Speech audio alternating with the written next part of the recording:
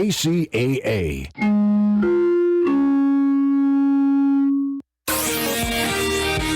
NBC News on KCAA Loma Linda is sponsored by Teamsters Local 1932, protecting the future of working families. Teamsters1932.org.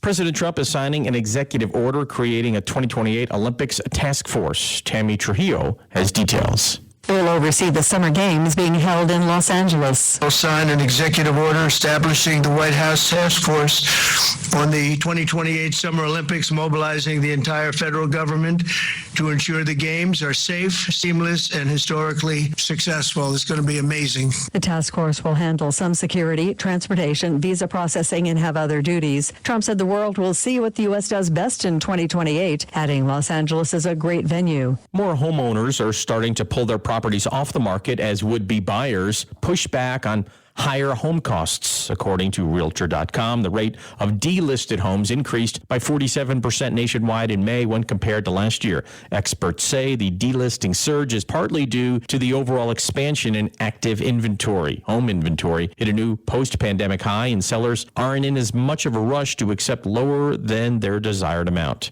Officials at a zoo in Denmark are asking for unwanted pets as donations to help feed their enclosed predators. Staffers say the practice mirrors the natural food chain. Donated pets, such as healthy horses, chickens, and other small animals, will be gently euthanized before feeding time. The request was posted on Facebook last Thursday. A giant super yacht seized by U.S. authorities from a Russian oligarch is going up for auction. The 348-foot luxury yacht boasts a pool, a gym, a helipad, a jacuzzi, a spa, a beauty salon, and 8 guest rooms. Amadea Auction House says the yacht was seized off the coast of Fiji in 2022 from a Russian businessman who was a close ally of Vladimir Putin and had been sanctioned by the U.S. The super yacht has been valued at over $300 million.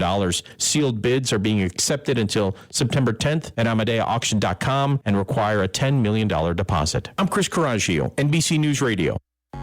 Located in the heart of San Bernardino, California, the Teamsters Local 1932 Training Center is designed to train workers for high-demand, good-paying jobs in various industries throughout the Inland Empire. If you want a pathway to a high-paying job and the respect that comes with a union contract, visit 1932trainingcenter.org to enroll today. That's 1932trainingcenter.org. You've eaten lots of great food and not so great food at restaurants. Cowboy Burgers in Fontana and now in Arlington and Riverside will fast become one of your favorites with their delicious, mouth-watering burgers and breakfast burritos. Cowboy Burgers and Barbecue also serves fantastic smoked barbecue baby back ribs, tri-tip, chicken, pulled pork sandwiches, as well as lunch and dinner plates. Everything is made from scratch, including their delicious side dishes like coleslaw, potato salad, barbecue beans, and much, much more. Check out their rich, decadent chocolate brownies. Hi, I'm food critic Alan Borgen, and you can dine in, take food out, or have them cater your next special event. I highly recommend Cowboy Burgers and Barbecue at their new location at 5573 Arlington Avenue in Riverside. Just look them up on the internet. That's Cowboy Burgers and Barbecue. Happy eating. And perfect for the holidays, Cowboy Burgers and Barbecue is also available for catering. That's Cowboy Burgers and Barbecue in Fontana and now in Riverside on Arlington. Tahibo Tea Club's original Pure Pau d'Arco Super Tea comes from the only tree in the world that fungus does not grow on. As a result, it naturally has antifungal, anti-infection, antiviral, antibacterial, anti-inflammation, and anti-parasite properties. So the tea is great for healthy people because it helps build the immune system, and it can truly be miraculous for someone fighting a potentially life-threatening disease due to an infection, diabetes, or cancer. The tea is also organic and naturally caffeine-free. A 1-pound package of tea is $49.95, which includes shipping. To order, please visit TahiboTeaClub.com. Tahibo is spelled T like Tom, A-H-E-E-B like boy, O, then continue with the word tea and then the word club. The complete website is TahiboTeaClub.com or call us at 818-610-8088, Monday through Saturday, 9 a.m. to 5 p.m. California time. That's 818-610-8088, TahiboTeaClub.com. This segment of programming sponsored by Cybertime Network Communications. How's your internet? Slower than what you were paying for? Feeling boxed in with the high cost of the internet? It can be frustrating and expensive, and with net neutrality coming, it's not getting any easier. Ready for a better high-speed internet service? Then you're ready for Cybertime. And they're local and right in your own backyard. Cybertime provides connectivity for all our transmissions you're listening to at KCAA. Cybertime is locally owned and will respond to your needs with the best service. It's crisp, cool, fast, and sleek. Cybertime uses the latest, leading-edge microwave technology to be able to offer clients a safe, reliable, public or private network that fits almost any budget size. Numerous local city agencies rely on Cybertime's microwave private network for their most critical mission applications. You should too. Get connected, stay connected, get smart, get Cybertime. You can Google, text, or call Cybertime Network Communications at 909-795-9559. Cybertime Network Communications in Calamasa. Not sure how much you know about Progressive Insurance. You may know us for insuring your home and auto. You may know a couple of our commercials. But what you may not know is that since 2013, Progressive has been honoring veterans with vehicle donations through the annual Keys to Progress Veteran Vehicle Giveaway Program, giving back to those who gave so much. Now, you probably didn't wake up today saying, I really wish I knew more about Progressive Insurance, but this seemed like the type of thing people wouldn't mind hearing about. Find out more about how we're dedicated to our customers and communities at Progressive.com. Progressive Casualty Insurance Company and Affiliates. Welcome to the Worker Power Hour with Randy Corrigan, a brand new show about labor and worker issues.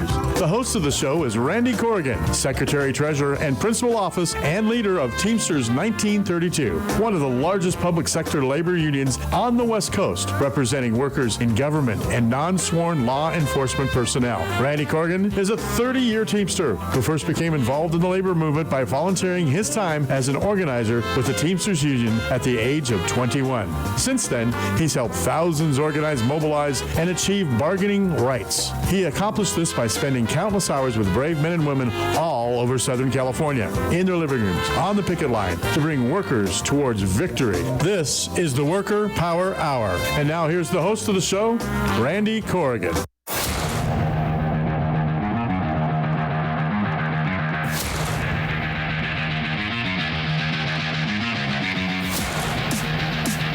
We're back. Randy Corrigan here. Worker Power Hour. Long-time organizer, first-time radio host. This is the Worker Power Hour with Randy Corrigan on the Teamsters Local 1932 Broadcast Network. Glad to have you back. Sorry I missed last week. I had to be in Chicago for meetings with a lot of people all over the country, and I won't bore all of you with the details. It was very productive, and sometimes, I got to go somewhere, and that's what we had to do in Chicago. And I had the privilege of actually meeting with a very large group of Amazon workers in the Chicagoland area. And it was very inspirational to be with that group, talk to them about their next steps, as well as explain to them how they inspired millions of other workers to do things all over the country last year. So sorry I missed last week. It happens. But we're here, and we're here live from San Bernardino this week. I'm going to start off this show by reading something that came into our email, the radio show at teamsters1932.org. Again, radio show at teamsters1932.org. This email that came in made such an impact on many of us, as well as it made an impact. Actually, when I received it, I was with a group of other people that I felt needed to be inspired to. I don't know if they needed to be inspired, but they were definitely inspired by this. And we obviously got Jenny Hernandez's permission to read it. And she's our member. She is a nurse manager, and we represent her. And Jenny, what an amazing email. And I'm going to read it. I think all of you listeners are going to be just absolutely impacted by this. And this shows us that what we're doing is the right thing. It really, really does. Dear Randy, I had the opportunity to listen to the radio show on July 23rd, 2025, and I want to express my deep gratitude for the powerful segment on farm workers. As a third-generation Mexican-American whose family history spans the transition of California from Mexico to the United States, your words resonated profoundly with me. My grandmother was a farm worker who traveled between Central and Southern California, harvesting oranges, grapes, and olives, with her children always by her side. Her story, like so many others, includes the pain of being denied an education, punished for speaking Spanish or our indigenous languages, and shamed for bringing burritos to school. During the last mass deportation, my great-grandfather, who belonged to a Native American tribe and spoke a native dialect, sought refuge on a reservation. My grandmother told us how, at that time, anyone with brown skin was being deported, regardless of where they were born.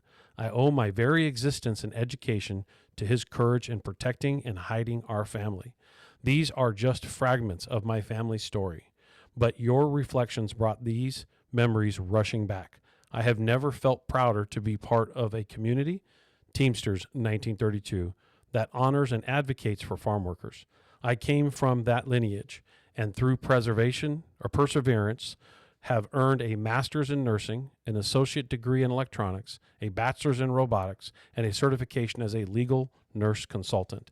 What I'm witnessing today, coalitions uniting to protect immigrants and challenge injustice, gives me hope. Your broadcast was not just a tribute, but a powerful recognition of history too often erased.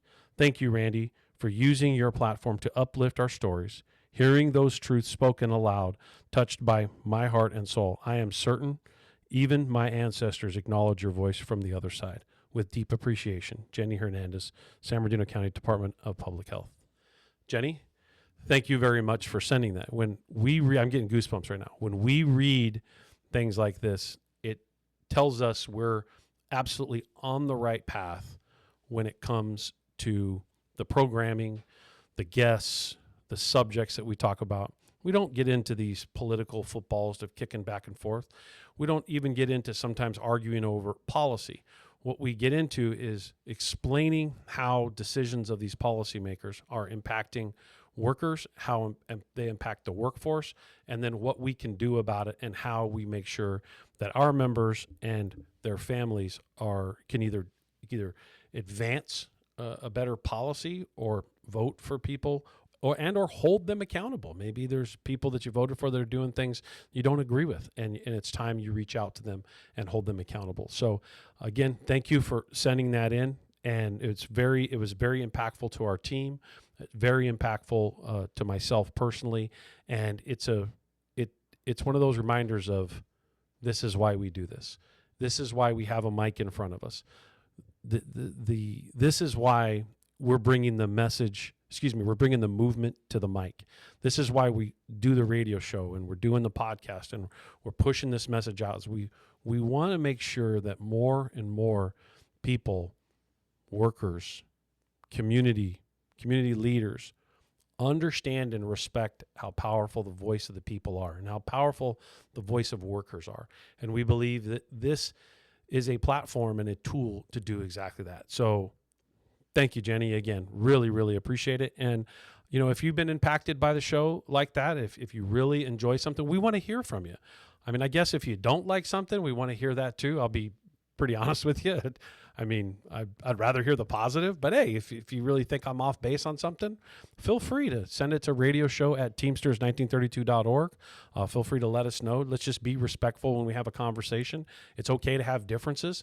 What's important is for us to try to find solutions. Let's try to find solutions in difficult times and move people into a great space. And, we were really proud of that segment of pointing out that what's happened to certain cultures in like these 20, 25 year cycles. And, it's at a certain point, workers have got to push back. Workers have got to rise up. Workers have got to withhold their labor. And they got to say, hey, corporate America, you're not going to be in control of my country. This is a country that should be run by the people, for the people, and it should be in the people's best interest, not corporate America's best interest. And so with that, I'm going to move right into live shout outs. And the first live shout out I want to read actually came from a pretty cool space. It was a reference to, hey, good morning, Teamsters. Early morning shout out to all the Teamsters spending time with their family, listening to the Teamsters 1932 radio station. Awesome playlist. So thank you for sending that in, and thank you for listening in on our new the Worker Power Radio Network and the Worker Power Radio that we have, where you can listen to music, you can get some little updates, a little bit of news, and there is a lot of people that are listening, and I'm getting a lot of positive feedback from it, and we believe that is going to be a very powerful platform in the future. We've got lots of great ideas to make something happen there. And so with that, we get into the live shout-outs. Live shout-outs being Lupe Della Torre and Deborah Martinez from Redlands TAD, Kiran Gula Sands from SCS, West Valley Detention Center, Letitia Allen from Public Health, Olin Pananugua, Janine Hammer, Public Health. We also have, Gina, I think it's Gianna or Gina Hammer. She is a cancer survivor. So congratulations to you. Dan and Barbara Scherer from Orange. Linda and Bill Wassam, retirees. We also have Sandy Cabrera, Aldar Fuentes from ARMC, and Charmaine Barno from HVP. We have Holly Edison. Hey, Holly, hope you're doing well. Retiree from our nurse manager unit. She helped at ARMC today, I guess. Michael Aragon from CFS. Nicole Burlex from ARMC. Chaz Kelly. Olivia Gabara. Abigail Ferris. Krista Kunter. And Amanda Montoya, all from ARMC. We have Kirk Garrison from the Sheriff's Crime Lab, Susan Loftus from Sheriff's Crime Analyst, Connie Bottini from Rialto Library, Damini Travis from Register of Voters, Lisa and Anita from ARMC Rehab, Kathy Bernal all the way out in the city of Needles, and we have Patricia Gunderson. We have a shout out for her. Good to see you listening, Patricia. Amy Shackelford from DOS. I actually texted her last time I did a live show and asked, hey, how come you're not listening? Anyway, Tina Morgan and Lonnie Garcia from TAD and the Chino Bargaining Unit. Kim from Rialto, Freddie, Adriana, Terry from Rialto, myself from CFS, Allison from CFS. Hey, need to get some last names on here, Abe, by the way. Andrea from Fontana, Danielle from Fontana, Lauren from Fontana. Maybe people aren't giving me last names because I'm mispronouncing them. I don't know, we also have James Estrada from the city of Redlands, Warren Pennington and Kyle Monsoon from Desert Water Agency, and Christine Montoya from the city of Hesperia. Thanks for listening in live. And we got a special treat for those of you that listen in live. If you're listening in live, we're actually, where's that sweater? We're going to do a fifth caller. If the fifth caller that got taken, well, what the heck? Anyway, from this point on, right now, 909-889-8377. 909-889-8377. The fifth caller to the front desk here at the building will get a free sweater. We'll make sure that we send you that sweater, or you can come in and pick it up. It's a Union Proud sweater. And so we're going to have a little bit of fun with some of the live. For those of you that are listening in live, we want to reward you for listening in live and encouraging others to listen in live. And so with that, I move on to the next part of the show, which is some fun facts and some highlights. The first job that we're going to highlight is our Confire group. Confire Dispatch. They dispatch fire and medical services to over 15 agencies, including Apple Valley, Big Bear, Chino Valley, City of Colton, Loma Linda, Montclair, Ontario, Rancho Cucamonga, Redlands, Rialto, Running Springs, San Bernardino County, San Manuel, and Victorville. One of the positions in that group is Information Systems Analysts, and they manage the network for the entire Confire system, which includes numerous 911 lines and non-emergency lines. The system consists of 2 dispatch centers, one in Rialto, known for the Valley Communication Center, and one inside the Hesperia Government Center, known as the Desert Communication Center. When dispatch receives a call for service, the dispatcher inputs the call into a computer and it sends the information to the appropriate fire station, resulting in an audible alarm announcing the location and the type of aid that's needed. Most network issues can be handled via a computer, but occasionally the analyst must need to work on the cable system themselves. So, or the system itself. And then we also have emergency communication dispatchers. Dispatchers answer emergency and non-emergency calls for medical and fire services. They assess each call to determine the nature of the emergency and input the call for service into the computer-aided dispatch that's a CAD system, which automatically sends the call to the radio dispatcher who then dispatches resources. The CAD system is built to automatically select the appropriate resources needed, fire engines, fire trucks, ambulances, etc., for each call type, such as medical, traffic collision, or structure fire, and so on. So with that, that's a couple of the job classifications, and we really appreciate the work that Teamsters do in Confire. And again, it's another example of, in times of need, it's a Teamster that's there making sure that you're taken care of. And we're also happy to know that they're happy to say and report that they're the newest, some of the newest members here at Teamsters 1932. And something that you all can participate in is, if you don't know, we have Teamster Tuesdays. And would you like to be highlighted on Teamster Tuesday? You can email us at radioshow@teamsters1932.org. Again, if let's say your job, or you got a picture, you want others to know, you want the community to know. You obviously can see we have this really, really big social media following in addition to a big digital footprint. And so, yes, I also missed Beatrice Aguilar Garcia.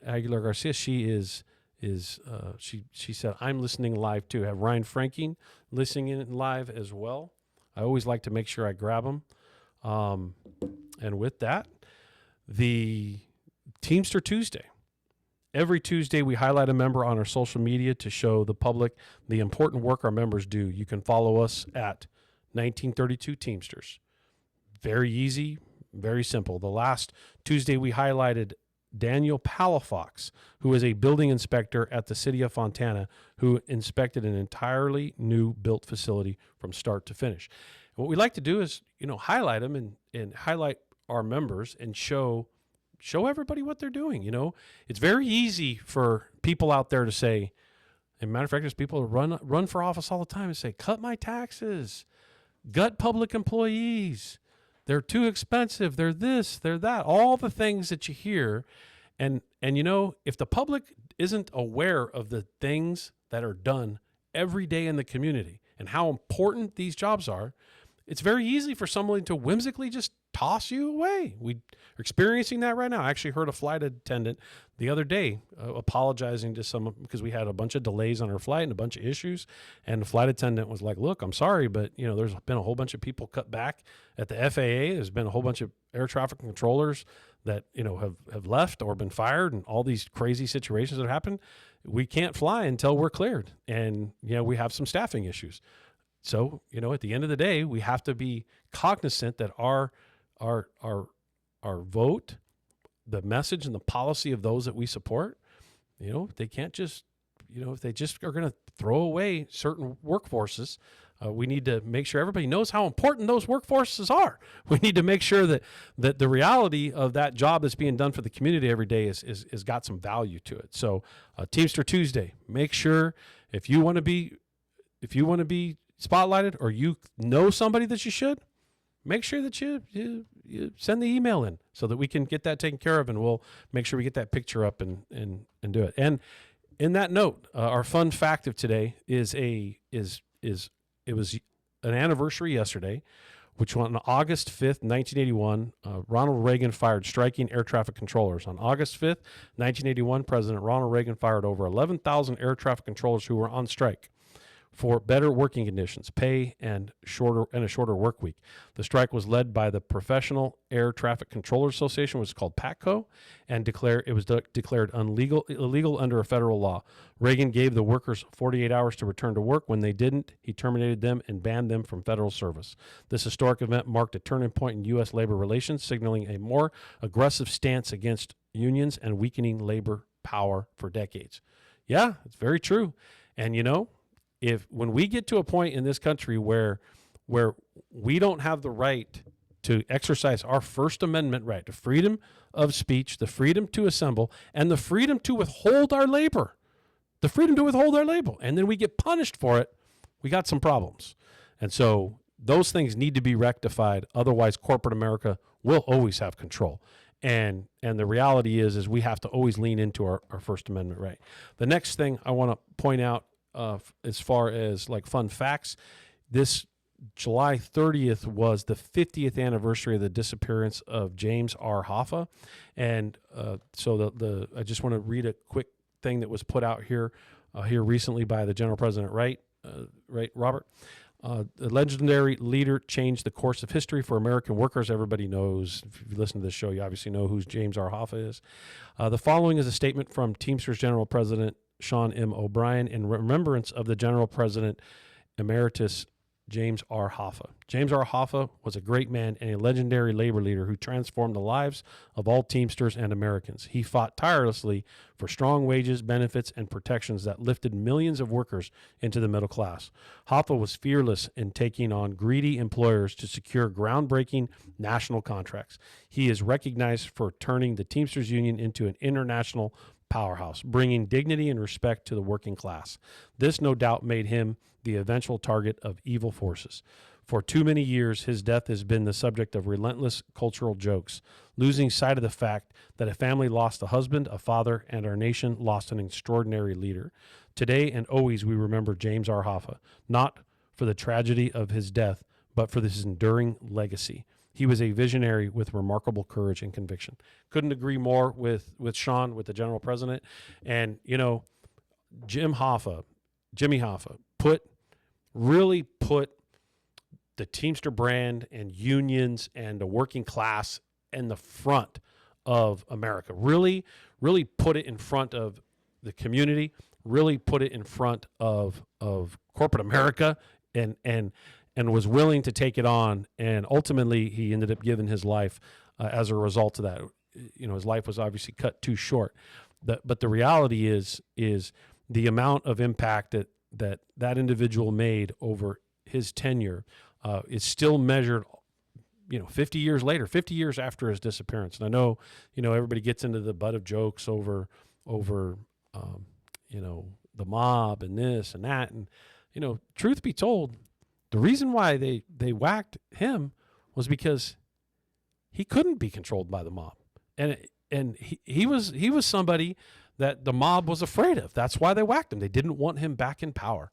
So at the end of the day, regardless of what the movies and these narratives, kind of spill out, I think it's important for us to pay attention to the real work that had been done over decades, and that was putting workers in the middle class, making, quite frankly, driving jobs and warehouse jobs that were at the bottom rung and were not valued at all in the 1920s and 30s, to then middle-class jobs to where people could raise a family, they could buy a home, they could make sure their kids went to college if they chose to, and they could be just a really, really good part of that community and be a productive part of the community. So great job in pointing that out, and I'm glad that the issue was raised for us to focus on the positive that is going on.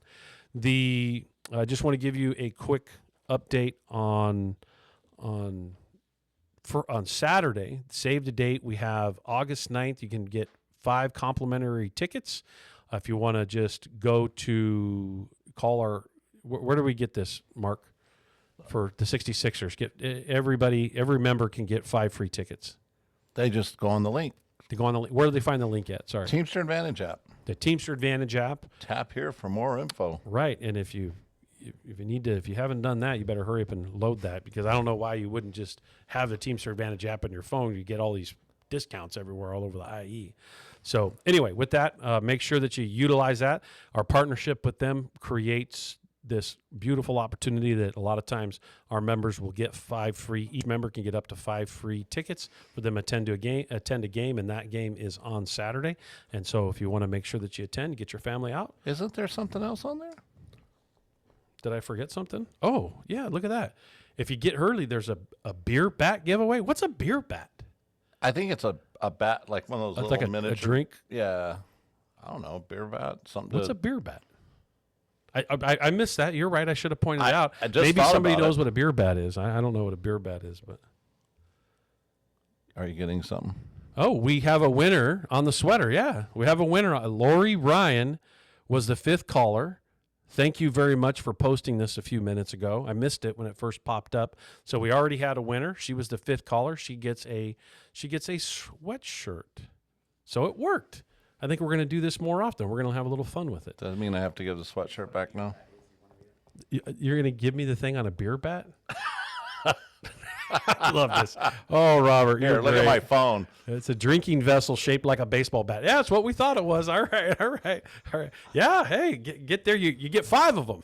You don't just get one. You get there early enough, you're going to get 5 beer bats. And so with that, we got to take a quick break. I'm going to get a guest in here in a few minutes. We're going to be joined by Monet Warren. She is the executive director of the IE Black Worker Center, and we're really excited to have her on the show. And as soon as we come back from break, we will have her in. Just don't forget, this is KCAA 1050 AM, 106.5 FM for when you're listening in. This is the Worker Power Hour with Randy Corrigan on the Teamsters 1932 Broadcast Network. Take it away, Mark.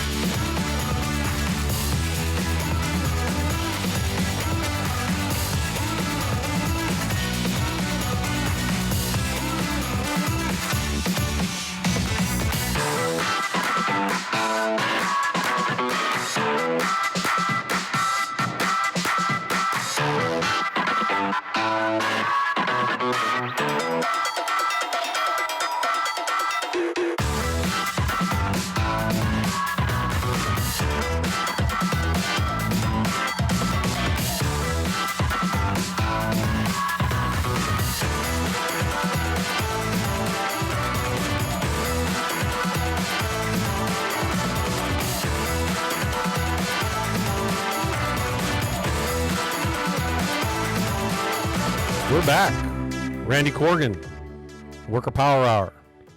We're joined by Monet Warren. Did I pronounce that correctly? That's correct. Great. I mispronounced the title, or I misspoke. I make these errors all the time. I'm a longtime organizer, first-time radio host. Okay. So guess what? I get to make all kinds of mistakes, and I get to use that as my excuse of being a rookie at this. It's actually, I'm a sophomore now. Okay. I'm in year 2, but I'm gonna use my rookie status as long as I get away with it. You're the associate director of the IE Black Worker Center, correct? Correct. Yes. Great. So really appreciate you coming on the show. Appreciate the work that you do, the advocacy work that you do around the IE. As you know, our local union's very active and very involved in the community and always trying to uplift organizations like yours. So why don't you take a few minutes to introduce yourself and what the IE Black Worker Center does? Sure. Yeah. So thank you so much for the invitation. Thanks for having us.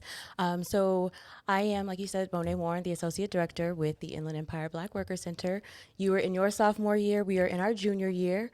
We are a relatively new grassroots organization here in the Inland Empire, really just out here advocating on behalf of Black workers for fair worker protections, wages.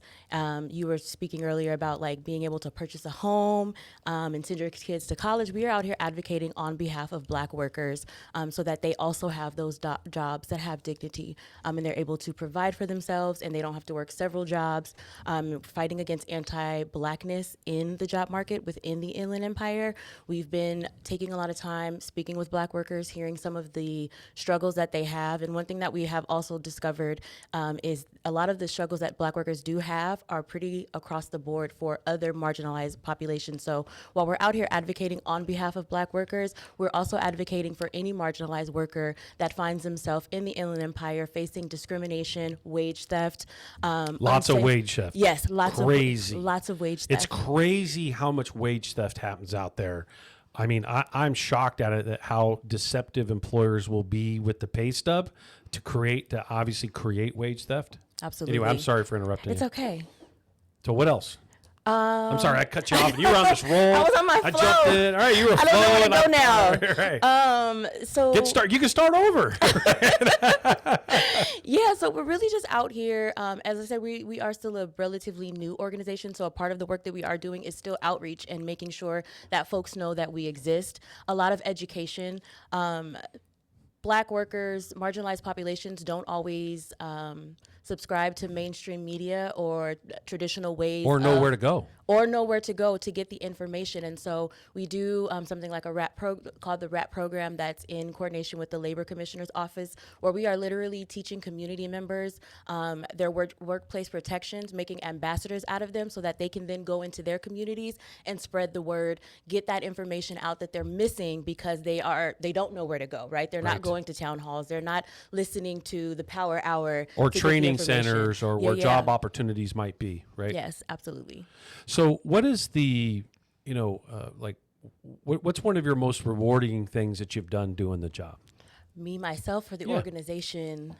Both. I mean, I guess I can ask that in two ways. Like obviously you're drawn to helping others by doing this. Absolutely. And so I like for people to tell stories about, success stories of how building your organization out created a pathway ultimately that ended up much better is there something that sticks out to you?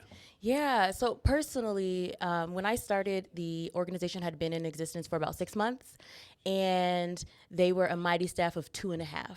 And it was one of those things where as call to actions or different requests came in, they were like, okay, we'll do this. We'll work on that. We couldn't chew bubble gum and walk at the same time, as our executive director would like to say. So when I came in, I literally created our operations, the strategies, the processes, and gave our organization the bones that it needed to really be able to hire more staff, right? Because you have to build out job descriptions and make it this thing that is really functioning and flowing. And that's my personal thing that I'm most proud of. I think for the organization, I definitely would say, so we've spent a lot of time in Sacramento, especially this year. I was reflecting on that. I think I've been to the Capitol more than I've gone to visit my mother. I've been up there really advocating. That'll tell you something.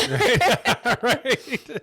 And it's not just for Black workers. We've been up there for different wage protections, different for teachers, and different worker protections that don't just impact Black workers. And recently, we even went to the Clean Car Wash out in Culver City to stand with the workers who were kidnapped from the car wash. And so really being able to stand in solidarity with other organizations who are doing this work, really showing up, because they know if you want us to sign on, we will show up, turn up, tear the place up, and really advocate on behalf of the populations that other orgs serve. And so I think us being mission focused, right? Black workers are our focus, but being able to stand up and show up for other marginalized communities is probably one of our greatest things that we have done. I love how you keep hitting the point of it's not just for Black workers. It's building the coalitions for others.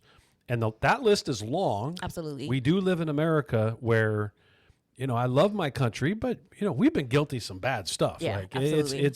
And we also seem to have amnesia on a regular basis, and we don't know how to kind of admit to our mistakes and just try to do better. Mm-hmm. And I think the biggest thing our country misses right now on a large scale is empathy. Yeah, absolutely. Is empathy. And the reason I'm drilling down on this is that the fact that you're pointing out that you're working with other groups, it's not just about isolating for your issues or your interests, because the power comes from having that diversity, is not being just about Black workers. Absolutely. It's also being about, in a lot of cases, all workers. Absolutely. And in, obviously Latino workers, they're with the deportation stuff that's going on ICE raids, that workforce is literally working under fear right now, even those that are legally in this country. Yeah. So by building relationships with them, you're able to accomplish the goals of your organization. Yeah, absolutely. No one organization is going to be able to do it by themselves. We have to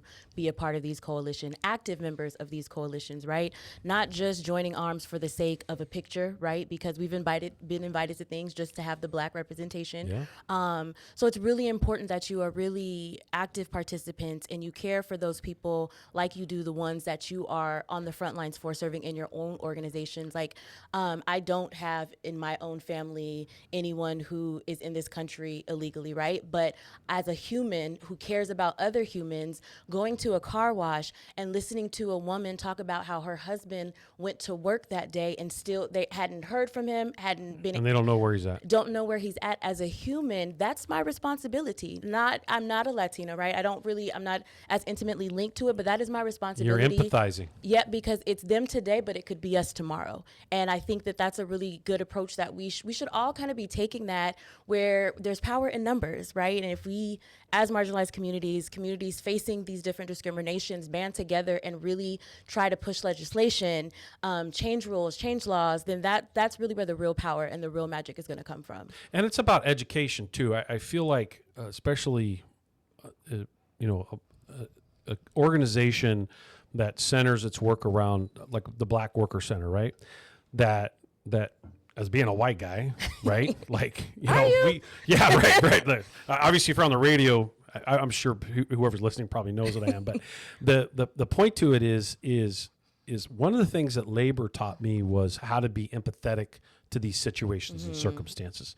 That there are a lot of people, a lot of elected officials that don't want us to be empathetic, that kind of divide us. But looking back at history and recognizing how corporate America's gained control, the exploitation of an individual group, class, whatever we call it, right, has always been for some profit. Yeah. Like there's whatever it was done for. Originally, it was for slavery to own, to literally own. We look back and scratch our head and go, how did anybody? Why was that allowed? Yeah. And then, another 100 years later, you heard that correctly, 100 years. So as white people, as anybody in America, no matter what color you are, no matter what race you are, you have to empathize that there's this cycle that's happened. And there are consequences to that cycle, right? There's long-term generational consequences and effects of that. And anybody who denies that or then says, well, a Black center shouldn't have their own this and that. Yep. You're wrong. Yeah. Like, they're completely wrong. Yep. Like, unions were always born out of building equality and making sure that when those are being treated differently or being marginalized, like you said, union contracts were the first place that colorblindness went away, and also, gender went away because you're getting paid X amount for the job, period. Yep. Regardless of your color, regardless of your gender or whatever it may be. My point for bringing it all up is that unfortunately, we got to do a lot more education of this again in this country. We got to get people a little more empathetic to recognizing, what's gone on in 249 years. And, I notice whenever I have those conversations with individuals that are ignorant, I don't mean it to criticize, I mean their lack of information. When you explain history, it's like, that's why it's here. Yeah. So don't get mad about it. Like, work together and try to solve problems. Yeah. I don't know. Maybe I'm sorry for rattling on. I just really believe in the work that you're doing, and I know as a labor union, we love to embrace this space because we learn a lot from it too. Yeah. Yeah, I appreciate what you were saying about people have amnesia and they forget about the effects, right? And you mentioned people saying, well, why a Black Worker Center? And just the fact that I kept on prefacing my sentence with, we do support other workers. As a Black woman supporting Black workers, I feel that I have to explain why there is because the narrative's been beaten up on you. Exactly. And I think that that's wrong. To make it more personal, when I moved back to the Inland Empire, I went up to UC Berkeley for grad school, back to Cal State Long Beach UC Berkeley undergrad, Cal State Long Beach, grad school, went to Virginia, worked, came back. And when I was trying to get a job in the Inland Empire with all of my fancy degrees and years of experience, I ended up working at Amazon. No shade to Amazon, but I couldn't. Oh, we'll throw shade on Amazon. What you talking about? Man, like we have shows specifically dealing with Amazon's exploitation of workers. Okay. Anyway. No, let me correct myself. No shade to folks who find themselves working at Amazon right now. They're Let just me correct working. myself. They're just trying to find work. Absolutely. Yes, absolutely. But I Good was point. unable to find work, and that is what I qualified for as a Black worker here in the Inland Empire. And I faced a lot of discrimination. And I may have been a little bit guilty of believing some of this narratives of like, well, are Black people, Black workers, some of them, are they qualified? Are they interviewing? I may have bought into that. I don't know, but I came sometimes the pressures, the narratives that are Sure. created, sometimes make us actually second guess the good work that gets done. You're like, because you're looking at it going, how is that? How are people believing that? Like, that's crazy. Yeah, but I think that experience gave me the intimate connection to what it's like to be a Black person trying to find a job in the Inland Empire. And that is why it is really important that we are educating Black workers also, not of just workplace protections, but how to talk about this part of their narrative so that people are willing to listen. So let's shift gears here a little Okay. bit. I think we've both done a good job of pounding that message, right? Talk about the mechanism of the Black Worker Center. In other words, like, what does a worker go through? Like somebody listening in, and I just want to quickly point out, we do have people listening in live from Scotland right now. We do have an international audience too. So anyway, so I just, whenever I get these live shout outs, I always want to point out that they're from anyway. Hey, Scotland. Yeah. What's the mechanism? What do you mean? Say more. I'm a Black worker in the IE. I'm not, but if I was, right, then I contact who, what resources that connect me to, and then what are the steps that then get me into a better job or help me improve the conditions at my job or connect me to resources to make my job better, or the wage theft thing. You know, what are the mechanisms of the resources in which those individuals are experiencing? Sure. Okay. So yeah, there's a lot of different things and a lot of different touch points. So if you are just an average Black worker listening in, or just a Black worker ally, you can contact any one of our emails that are posted on our website, iebwc.org. We do have like an initial intake information tab down at the bottom where you can reach out to one of us. We typically, once it comes in, it gets filtered through our outreach program to make sure it gets to the right person. And if it is something like if you're experiencing workplace discrimination or a wage theft claim, we would then reach out to our IE representatives to make that introduction and say, we have this. We do a little bit of, I want to say like, reviewing what the claim is just to make sure that we're not abusing that relationship, that we are sending what we believe to be legitimate claims. Right. So that is one way. We do have membership, and so you can join the membership, and that really just ties you to the boots on the ground work. So if you are interested in going with us to the Capitol, if you're interested in showing up to some of these local call to actions, to the town halls and stuff like that, you can be involved that way as well. It just really depends on what the worker needs.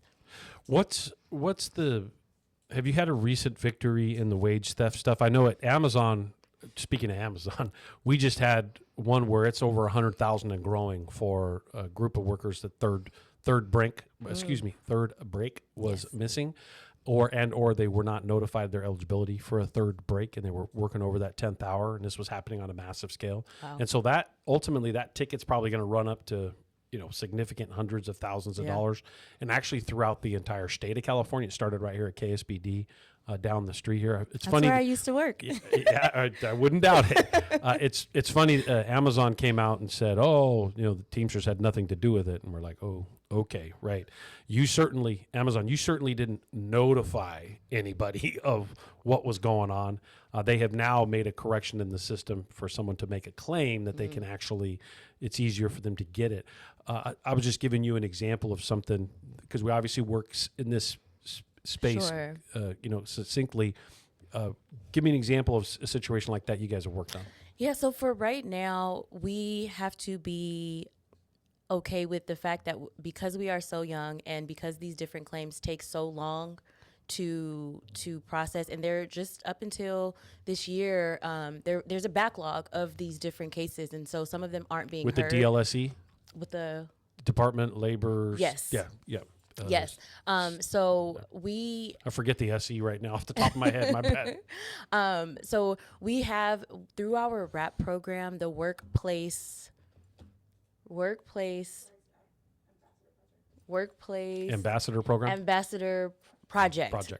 Yes.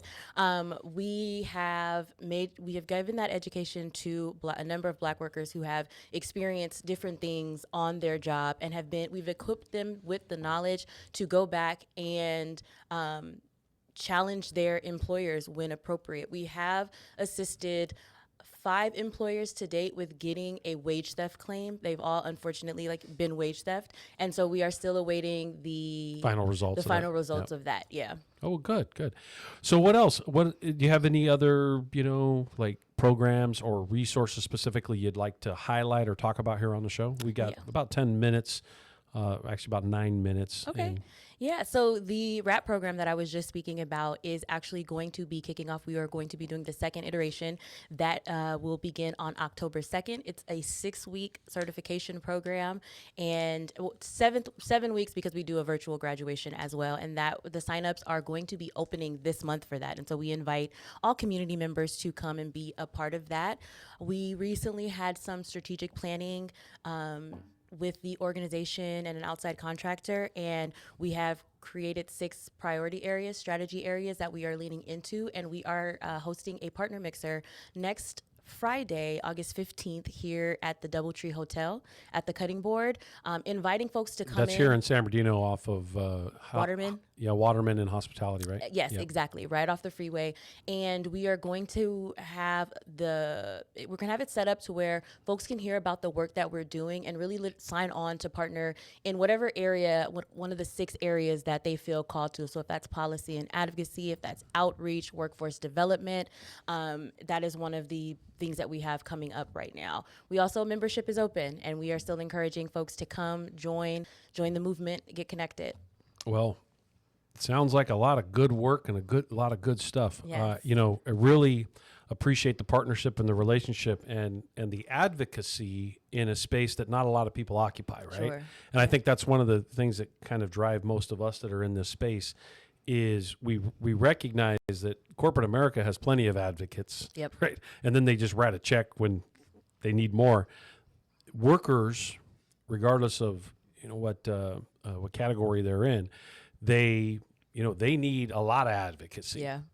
And it's funny because these corporations always try to message it as that, well, you don't want anybody to get between me as a corporation and you as an employee. It's like, actually, yes, I do. I feel a little outnumbered, man. Yeah. I think it's crazy that sometimes people actually fall into this trap. No, I want that relationship to where I'm the only person who can advocate for myself with this large corporation, this massive corporation. No, it's okay to have advocacy. It's that not comes a bad at worker thing. education, right? Correct. Because worker I think education. that Because they're not getting that education in school right now. Yeah, and we recently went to a training where they're saying that is intentionally not being taught, right? You have to ask to go to the restroom. You have to ask for permission. We are not, our K-12 system is not necessarily teaching independent thought, how to advocate for yourself, and especially if you are a person of color, you admitted to being white male, and that I think speaks to wanting to, you sometimes have that ability to go and advocate for yourself, but a worker who has been marginalized, has been seen. Sometimes they don't have the confidence. They don't. Right. They don't. They absolutely with good don't. reason. Yeah, and so that speaks to we need advocates out there. We need that education so workers know no, you actually have a lot more power than you think that you do. And you have more power when you come together collectively. 100%. And especially if corporate America's kind of got this narrative to break us all up in little pockets, right? Have white people not like black people, and have black people not like Latino, and and so on and so forth. This is an age-old thing that's gone on. Corporate America has always tried to divide the workers, because in the end we have the power. Absolutely. And we can shut things down. We have the ability to bring commerce to a complete halt. Yep. We just choose not to exercise it. Yeah. And what my hope is that the more organizations we partner with like yours, the more advocacy, the more connections that we make when we educate more workers on understanding that they do have the right to withhold their labor. Yeah. They do have the right to advocate. They do have a right to have advocacy, not just advocate for themselves, but also have advocacy. And these are all good things to have, absolutely. not bad things. Like, let's not demonize organizations like this. Let's encourage it in a way where we figure out ways to work together. Yeah, totally agree. So what do you have to close on? Is there anything you'd like to close on?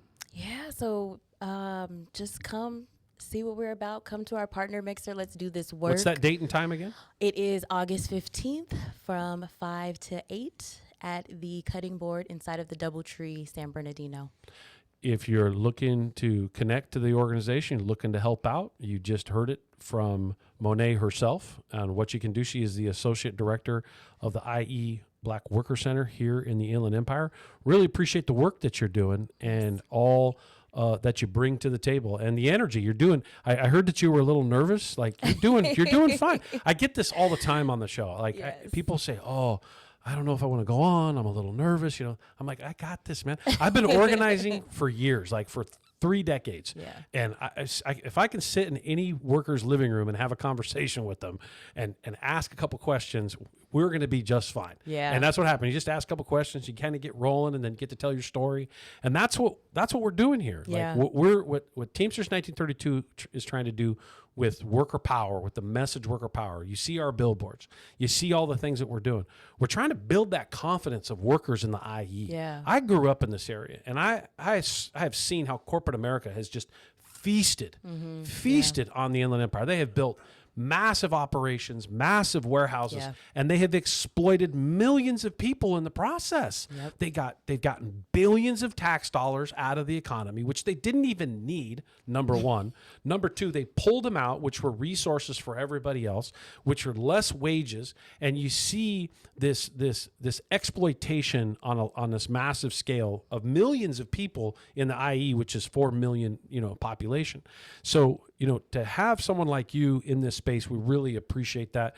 It's for me, it's kind of a way of life. Yeah. And really appreciate your advocacy out there. And hopefully we can just keep chipping away at this and doing more and more education where we get more and more workers to understand their power, because someday, corporate America is going to go too far. Yeah. And workers are just going to say, we're not going to work, man. Yeah. Like, we're not. We are. Yep. I can't repeat that on the air. They're just going to say, shut it down. Yeah. And because this is what I'm hoping for one day is that workers pick an area and they say, within this geographical area, no one's going to work. Yeah. We're not going to do a big rally. What we're going to do is it's going to be nobody's there. Right? Like, it's going to be eerie. I've always believed that silent protests are so much more powerful. If you look back in time, the civil rights movement taught us how powerful silent protests could be. Like, incredible, walking into a diner, sitting down, being quiet, occupying the space of a city government building, and everybody, not ruckusing, not yelling or doing it, just quiet. Like, it really sends a message of discipline, number one, and number two, that we mean business, and it's time for you to wake up and pay attention. So 60 seconds. You want to say anything before I wrap this first half hour up?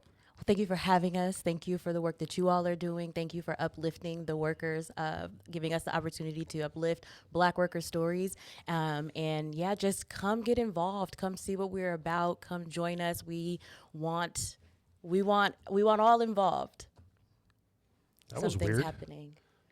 You heard it in your ear too. What, you got a ghost over there? Did you hear that? Oh, my mic was off. Really? That was somebody clearing their throat. I heard it, but I was trying to pretend like I didn't.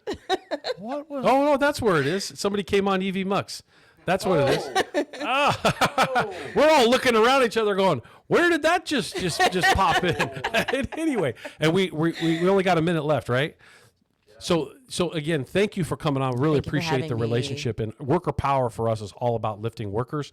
And any coalition, continued coalition building we could do to lift up those workers, we're going to keep doing it. We're going to keep doing our billboards, buses, radio show. Yeah. We're going to be doing this full court press, making sure that the general public absolutely understands the power of the people, the power of workers. And at some point, we're going to actually pull back our work on a massive scale and teach corporate America. This is the Worker Power Hour with Randy Corrigan on the 1932 Broadcast Network. Mark, take it away. KCAA.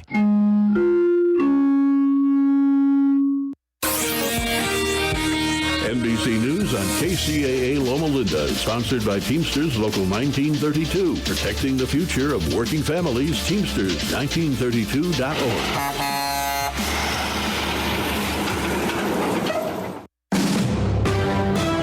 NBC News Radio. I'm Chris Caraccio. The 5 soldiers shot at Fort Stewart in Georgia are all in stable condition and expected to recover. That's according to Brigadier General John Lubis, who also identified the shooter as Sergeant Cornelius Radford. Radford was stationed at the base but has not been in combat. Lubis says Radford was subdued by fellow soldiers and is under arrest. He's believed to have used his own personal handgun in the shooting, not an Army-issued weapon. President Trump is set to meet with Russian President Vladimir Putin and Ukrainian President Zelensky as soon as next week. That's according to multiple reports. He plans to meet with Putin first and then with both of the leaders together. Trump spoke of his plans to meet with them when talking to European leaders today after a special envoy held a meeting with Putin in Moscow. Trump has been pushing to end the fighting between the two countries and had given Russia until Friday to agree to a ceasefire or he would place sanctions against them. And millions in the southeast are expected to get drenched. More heavy rainfall due to a continued tropical downpour threat could go on for several more days. I'm Chris Caraccio, NBC News Radio. One of the best ways to build a healthier local economy is by shopping locally. Teamster Advantage is a shop local program started by Teamster Local 1932 that has brought together hundreds of locally owned businesses to provide discounts for residents who make shopping locally their priority. Everything from restaurants like Corky's to fun times at SB Raceway and much, much more. If you're not currently a Teamster and you want access to these local business discounts, contact Jennifer at 909-889-8377, extension 224. Give her a call. That number again is 909-889-8377, extension 224. How you doing? This is Gary Garver. In today's society, the majority of people are not getting enough sleep. I know I'm not. If you're like me and having problems getting a good night's rest, whether it's health or stress related, I have a solution for you. South Pacific Sleep Lab. South Pacific Sleep Lab will do an evaluation of your sleep pattern and will provide a comprehensive study so you can start getting a restful, peaceful night of sleep. They take all types of insurance, which will cover your cost of the evaluation, and they will even provide transportation to their offices at no cost to you. For more information, contact Tony at 310-999-1887. That's 310-999-1887. Tony even stays awake all night, 24 hours a day, 7 days a week, so you can sleep better and rest easy. South Pacific Sleep Lab. Start feeling better and getting a great night of sleep today. For over a century, AM radio has evolved to meet the needs of our community. More than 80 million listeners depend on AM radio each month. It's also the backbone of the emergency alert system, keeping us safe in dangerous times. A new bill in Congress would ensure this free, reliable service remains in cars. Text AM to 52886 and tell Congress to support the AM Radio for Every Vehicle Act. Message and data rates may apply. You may receive up to 4 messages a month, and you may text STOP to stop. This message furnished by the National Association of Broadcasters.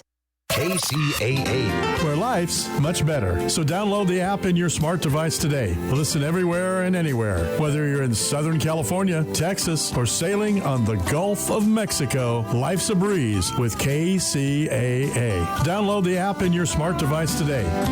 I'll be sailing out of yesterday in the Gulf of Mexico.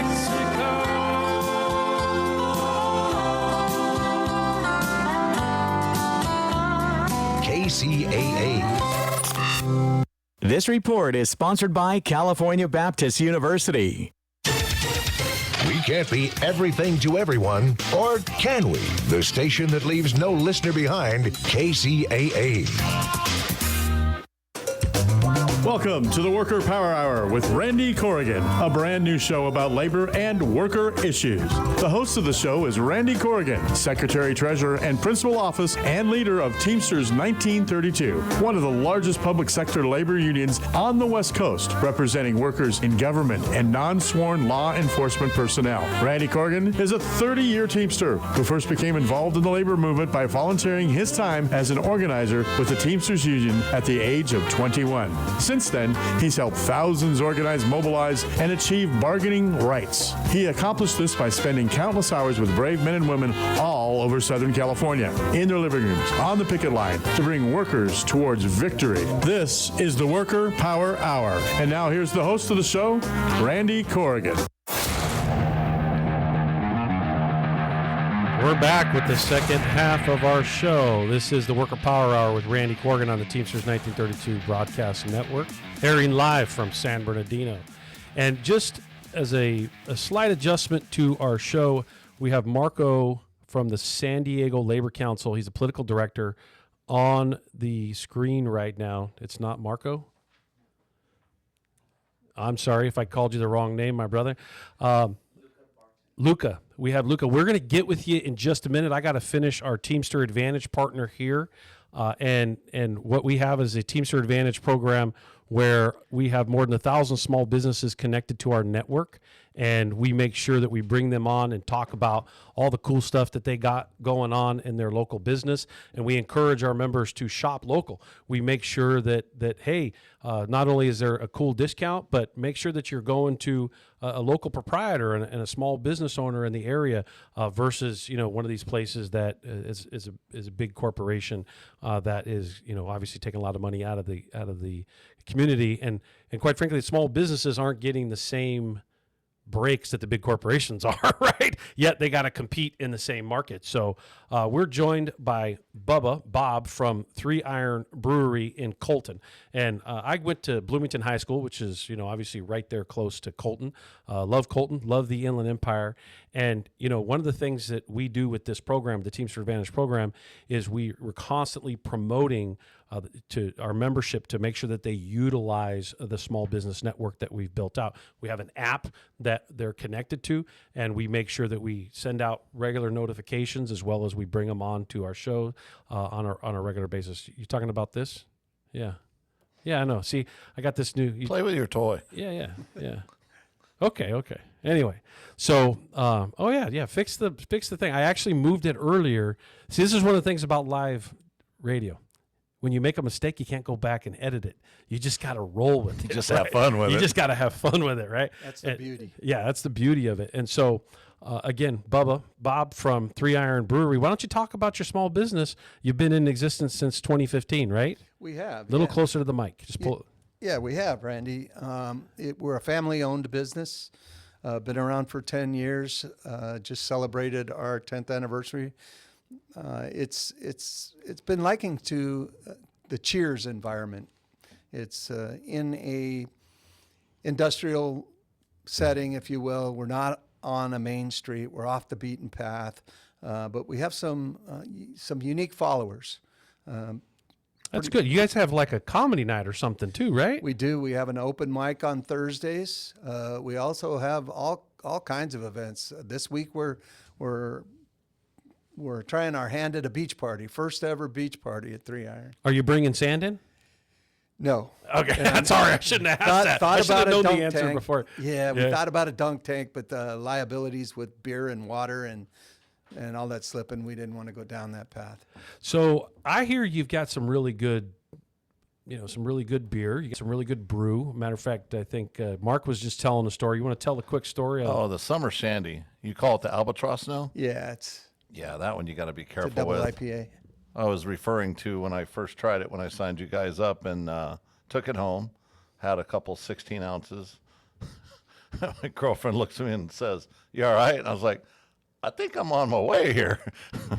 So that's some good stuff, though. What's your most popular brew? Probably the Eagle IPA and the Pineapple Orange Wedge. Oh, that sounds good. The pineapple orange wedge. Yeah, this week we're releasing a habanero blonde. So that's a little kick to it. Yeah, it's got a little bite. Yeah. Man, you know what? We got to get James. So we also now have this member, James. We call it James Bites Back. He tours all of the places, and he comes back on the show and gives a review. We better take the bus. Yeah, we got to actually get him an Uber or a taxi when he leaves your place. Yeah, they're not all that strong. Yeah, but you got to understand James. Like when he goes to a donut shop, he gets like 10. He doesn't know moderation. Overindulges. Yeah. Well, he's like, I got to test them all. Yeah. We love that kind of person. I'm sure you do. So tell us about the setting in there. You said it's kind of like a cheer setting. And Yeah. It's very.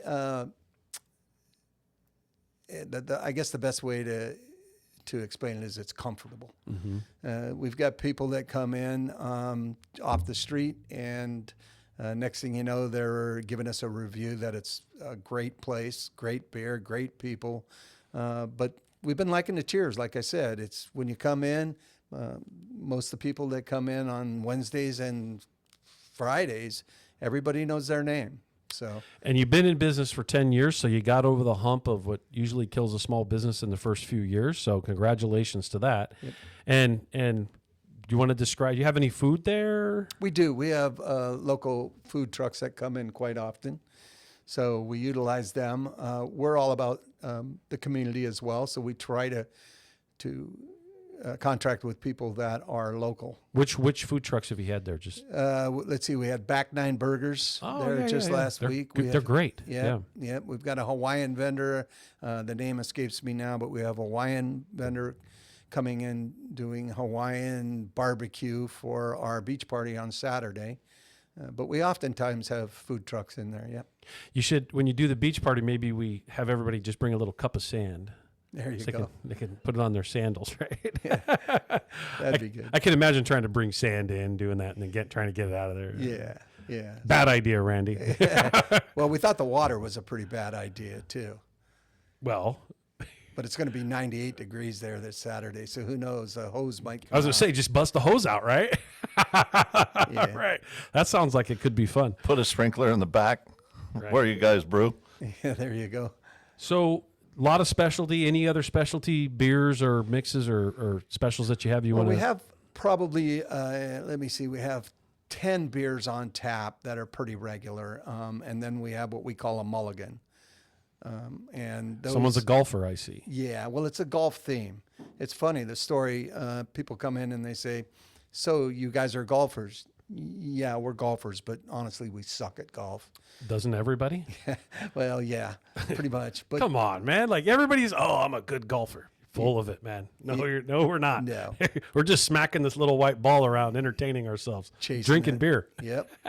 But we actually got the name because when Rick, the owner at the time, when he was brewing outside of a stovetop, he was in his backyard, and we were all there, partying up, having a few beers, and his mash started boiling, and he didn't have anything long enough to stir the mash. So his brother ran into his garage and got his wife's 3-iron, and that was the first mash paddle, and that's how we got the name 3-iron. Right, there you go. Like, see, I was looking for a funny story, and you explained exactly how the name came about. Yeah.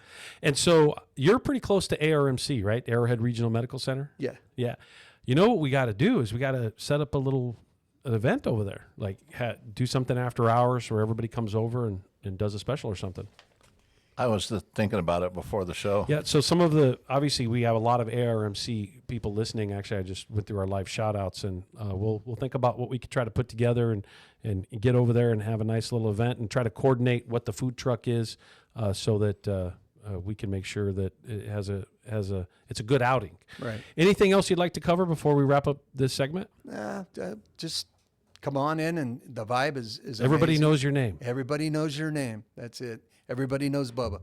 Can you name the 10 beers, the most 10 popular? Probably. Right now we have the Matador, we have the Honey Wheat, We have the hazy pale ale, a pineapple orange wedge. That pineapple orange sounds. It's pretty good. And then the Eagle, which is an IPA. We have Albatross, which is a double IPA. So those are pretty much the standard brews that we have on tap. And then, like I said, we always have some mulligans to back those up.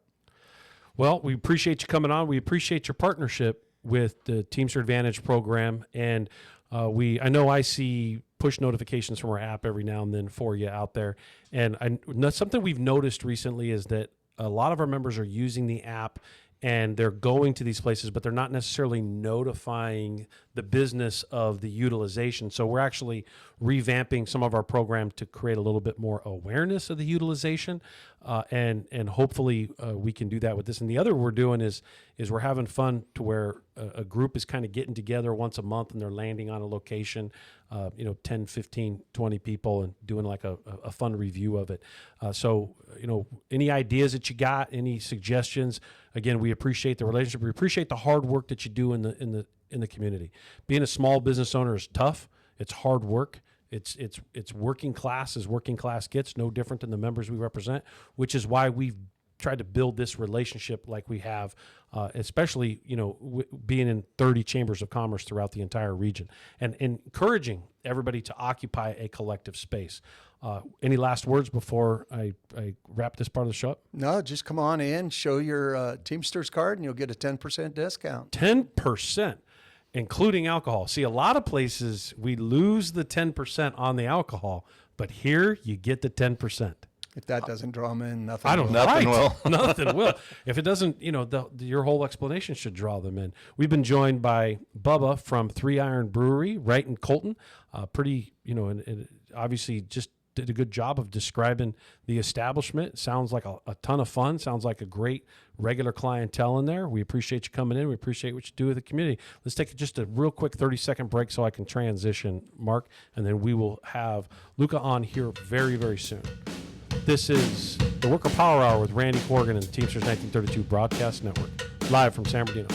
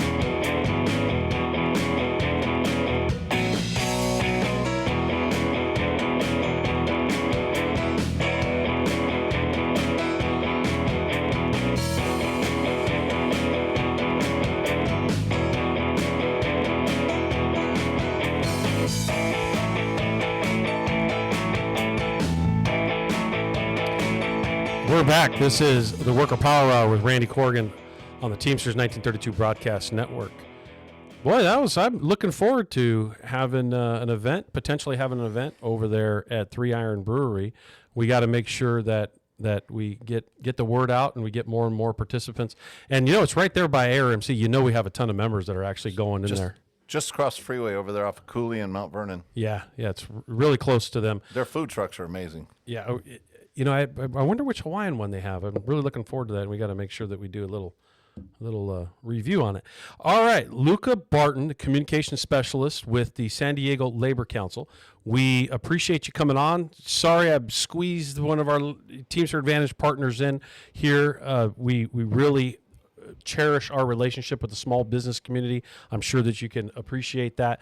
We've had a really good time building out this massive network of all the small businesses. And really what it does is, speaking labor to labor here, is it does a good job of helping knock down the anti-union stuff going on at the chamber a lot, right? And when you're there, and not only are we in all those chambers I spoke of earlier, but we've actually either been on the board or currently on the board of directors for multiple chambers, including serving as president at some point in some of these communities. So imagine the irony in that, where a union is present in that space. And I believe we got to occupy that space for two reasons. One, education and making sure everybody understands how beneficial unions are to the local community. And two, not allowing an anti-union rhetoric, message, narrative continually beat us over the head. And so with that, I got Luca Barton on, the communications specialist from the San Diego Labor Council, which has got a long history of greatness, a long history of a lot of great leaders have come out of that Labor Council to do great things, not only in San Diego, but in the broader community. Luca, you want to introduce yourself and talk a little bit about what you're working on right now? Welcome to the Worker Power Hour. Thank you so much. I'm Luca DeSanctis Barton, pronouns he, they. And as you said, I work at the San Diego and Imperial Counties Labor Council. And so we're the local organization of the AFL-CIO, which is like the union of unions. It's an organization for unions to come together to fight for a more just democratic world with opportunity for all. And there's the national level, AFL-CIO. There's the state level, California Federation of Labor Unions. And then we're at the local level. And our purview is the San Diego and Imperial counties. So we have over 120 unions, 200,000 working families. Let's see, what are we working on? Well, we're working towards this August 19th nonviolent direct action training. So as we've seen ICE arresting our fellow workers, like Unite Here Local 30 workers in the parking lot after they've gone on a long shift of work. We want to make sure that all of our union members and community members are trained and prepared in like civil rights, civil disobedience, because we gotta do something. We gotta organize and build collective power so that we can mold this world again towards a more democratic one. So we got that coming up. And then Labor Day, September 1st, we have a big Labor Day march that our president, Bridget Browning, is putting together with a lot of indivisible local groups and No Kings. And there should be tens of thousands of people at that march. And we're figuring out what to do. Bridget's talked about maybe doing something with a general strike. She wants to do like in 2026, but we're not sure. Maybe that's too soon. Never too soon. We got to do something. Yes, so we're trying do. to figure it out together. Hey, I heard you just swung the balance of power in a local supervisors race, with the board of supervisors for San Diego County, right? Yeah. We just had a huge win. So talk about that win real quick, and I want to talk about why it's important. Of course. So the San Diego County supervisors are 5 people who control over $8 billion for the county. And so we had formally endorsed this candidate in District 1 who won handily last November. And then she decided to not continue her second term. So it opened up this vacancy. And we have this incredible candidate who's now supervisor, Paloma Aguirre, who has just been busting her butt her whole entire life for communities, for workers. And we were able to come together to get her in. And for me, it totally makes sense why that happened.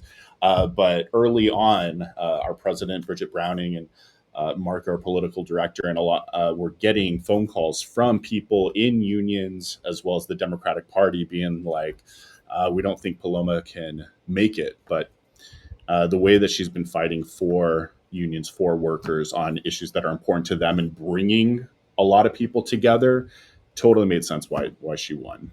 Yeah, congratulations on that. And let me just shift gears back to the comment you made as far as a general strike is concerned.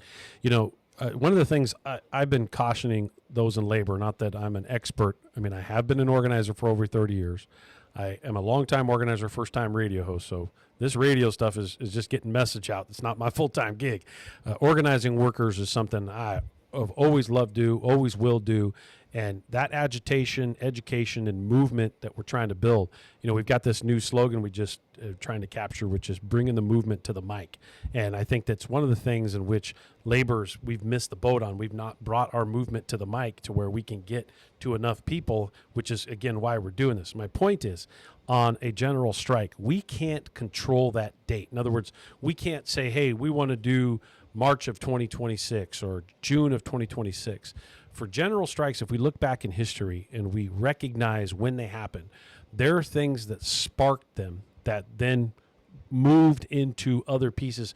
But workers had to know they had the right to withhold their labor first.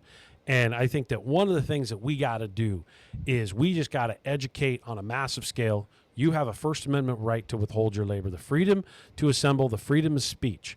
Were the arguments won to create concerted activity, protected concerted activity in 1934 and 1935 under the Wagner Act, which ultimately became the National Labor Relations Act. My point to bringing this up is that we have kind of forgotten, and we've at least forgotten to educate the population that you have the freedom to assemble. You have freedom of speech, that you don't lose it when you go to work like you did prior to 1934. That technically under the law prior to 1934, you lost those rights. And that the argument that won on the floor of Congress was utilizing that workers didn't have the right to assemble, the right to freedom of speech at work, which is where protected concerted activity was born and then enshrined in every law.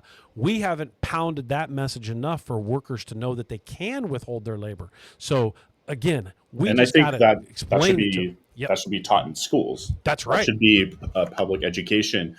So much of our world involves power, but we don't teach power in the schools, and we definitely don't teach about collective worker power or collective community and worker power, which is unions and community groups and organizing. Like I think you should really be teaching how to organize and exactly the rights that you're talking about, and how do you unionize, how do you organize. Like that's real important stuff, and letting us know like this is top-down power, which has these kind of which is more autocratic, more dictatorial, and probably not so good for society, the economy. And this is bottom-up power, and this is like this kind of thing. But that's critical information that we should absolutely be teaching. Yeah, the more we take to the airwaves, the more we have billboards, the more we have buses, or however we're pounding this message into the general public. Labor's got to lead this message. In other words, saying, "Hey, workers, like you have the right to do this, and here's where those rights were won, and they don't do any good unless you actually exercise them. So start to exercise them. You can exercise them on a smaller scale. You don't have to do your first test to be walking off the job for a month, right? However, but you can if you choose to. And the reality is collective action is going to swing this stuff back that we're dealing with in America, where corporations have obviously overstepped, have reached too far in. The only counterbalance that has really kept them in check in the last nearly 100 years has been collective action and the withholding our labor. And we've got to lead that and lead that message, lead that narrative, press into that space, educate, like you said, in school. Explain to kids before they get into the workforce. Here's the difference between a union job and a non-union job, and why being in a union job has got a better future, why it's got this and that. And then on top of it, this is your right to protected concerted activity. Clearly, it's been pulled out of school, not taught in school, because corporate America, again, controls those textbooks. My son, who graduated from Carlsbad High, which is obviously in San Diego County, they call us a cartel. That's how they educated on unions in his book. We're a cartel. Like, that's so sad. That's where we are, and we got to go to that school board meeting. We got to press back and say, no, I'm not the cartel. I'm a union worker that makes sure that this community does this, or we deliver this, or we pick up your trash, or whatever it is. We're not the cartel. Why are you describing us that way? We have to be engaged in our civic process to make it happen. Yeah, and there are all these myths out there that just help the wealthy, and now we have so many billionaires out there because the wealth just keeps getting more and more rigged, whether under a Democratic or Republican administration. Either one, it keeps more. Obviously, it accelerates more under Republicans. They tend to put, but it happens under Democrats too, and it kind of goes from this more New Deal America where we thought, government can be a place of good, and it can help workers, and it can help communities. And we're going to put money towards that so that everyone prospers. And then it started as unions started getting cut down, starting in 1947 with the Taft-Hartley Act, but so many policies since then. And this philosophy, neoliberalism, which is just unregulated capitalism, just keeps being pushed by the elites, and we're in a place now where we have little power, and just the wealth keeps going to less and less hands and concentration. So, but unions are at their highest popularity in decades, like since the New Deal era. 70% of people are for it, and so we need to get that, as you're saying, that message out there that collectively you have the power, democratic power, to make your workplace better. But also, you're not just a worker, you're a community member, and you can make your community better when you come together. That's right. And these narratives, like you said, that the corporate America controls, one of them is that we're anti-capitalist. Like, first of all, look, America is a capitalist society. It needs a social conscience. There's nothing wrong with capitalism as long as it's got a social conscience with it, as long as there's social responsibility. That's the proper balance. We're not going to change how all this works until corporate America has a little more empathy and shares the wealth a little bit more. Again, workers are at the center of whether or not we are successful at making that happen. And you're right, we can complain about this and that, and they're doing this and they're doing that, or we're not doing that. Like, the reality is we got to get to work. We got to educate workers. We got to agitate them. We got to encourage them into this space, and we got to lead them in this moment where we say, look, it's time to withhold our labor. It's time. Now, I can't tell you the date on the calendar. You tell me when your workplace is ready. You tell me when your area, your community is ready. You tell me when your industry is ready. When you're ready to hold your industry accountable, let's go. You have the power to shut it down. And you have the right, not just the power, you have the right. It's always funny that unions get criticized for violence and this and that. And, this country was formed on a protest. It was formed on the Boston Tea Party, which destroyed tea. It broke something. They destroyed something. And we celebrate that, but then we turn around and say, well, unions, they destroy things.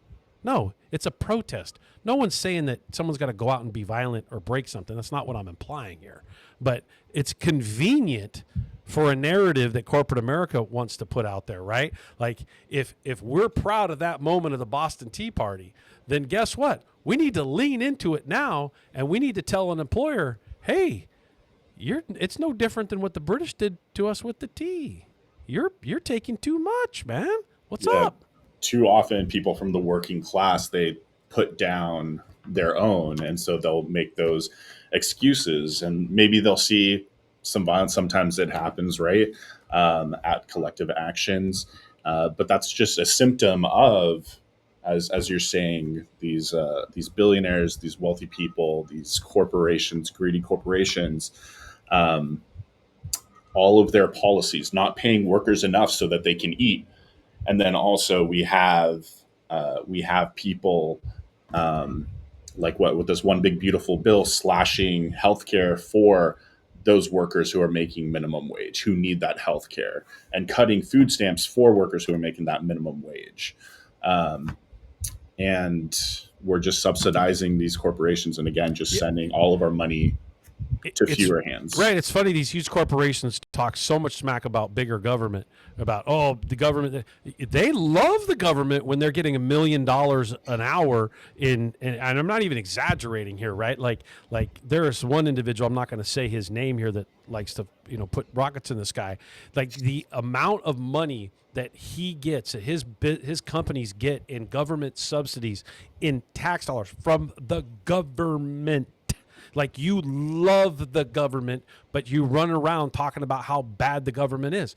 To him, the government's bad unless they're giving him money. Like, and villainize anybody else, someone who's working hard, working 2 jobs, and qualifies for food stamps. Like, oh, those are people that are leeching off society? No, those that are leeching off society are those ones that are getting billions of dollars every single year, pulling it out of our local economy, and then turn around and trying to villainize the very people that are doing all the work, that are working hard. Like, I'd love to see these individuals I'm talking about go work as a farm worker.